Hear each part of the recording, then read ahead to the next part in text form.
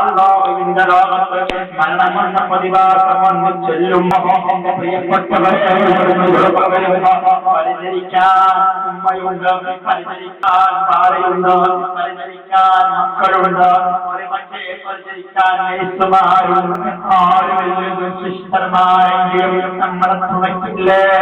സമ്പത്തുണ്ടോ? അശുദ്ധോ? വലിയ സൗകര്യമുള്ള ചികിത്സകളും സംവിധാനങ്ങളും അവരും നമ്മൾ പരിസരത്തുണ്ടല്ലോ.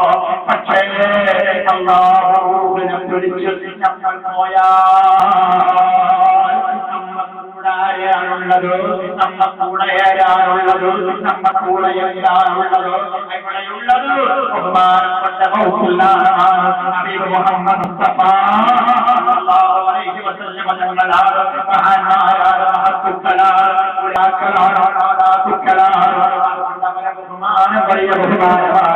ഇവിടെ നല്ല രക്ഷപ്പെടണോ?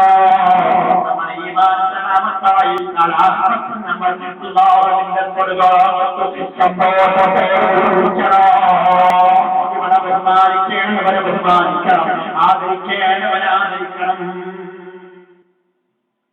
നാദരവൊക്കെ പോയേ എന്താ മൗസലാണം? അത് കഴിഞ്ഞു പോയ ആളല്ലേ, അത് എന്നോ കഴിഞ്ഞു പോയാളാ. ഇന്ന് നമ്മളൊക്കെ അവസ്ഥ, നമ്മളൊക്കെ അവസ്ഥ എന്താ? ഇപ്പൊ നമ്മുടെ മുമ്പിലുള്ള ഉമ്മാനെ, കാരണന്മാരെ, നേഴ്സന്മാരെ എന്നൊരു ബഹുമാനമൊന്നും ഉണ്ടോ? നമ്മൾ ആലോചിച്ച ഇവിടെ വളരെ ബഹുമാനുണ്ട് എന്ന് ഈ സംസ്കൃതി കാണാൻ മനസ്സിലാവുന്നത്.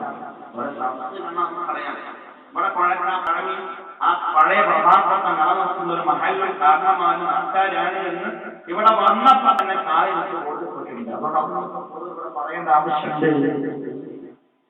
ഇന്ന് മഹാന്മാർ മരണപ്പെട്ട പോലെ മഹാന്മാര് പോയിട്ട് ജീവിച്ചിരിക്കുന്ന ബഹുമാനിക്കണം, ആദരിക്കണം എന്ന് പറയുന്ന നമ്മുടെ ഉപ്പ ഉമ്മ അവരോട് ബഹുമാനം പറഞ്ഞു പോയിട്ടുണ്ട്.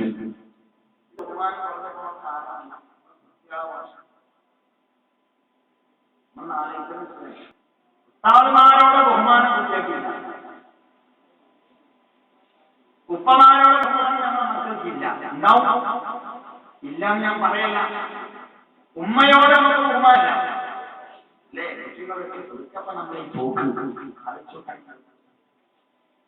എന്താ ബഹുമാനത്തിന് കുറവ് അറിയുന്നത്? ഒന്ന് ഞാൻ പറയുന്നത് പ്രിയപ്പെട്ട ഉമ്മമാരോട്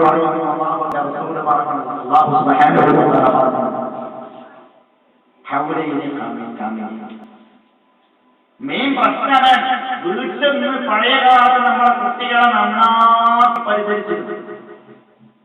ഇന്ന് പരിചരിക്കാൻ നമ്മുടെ ഉമ്മമാർക്ക് സമയമല്ല, കുട്ടികൾക്കും സമയമല്ല. ഞങ്ങൾ തന്നെയുള്ളത്.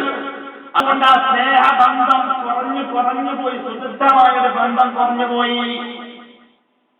അതിന് മർമ്മപ്രധാനമായ ഭാഗം എന്ത്? കുട്ടികളെ മോശമാണോ?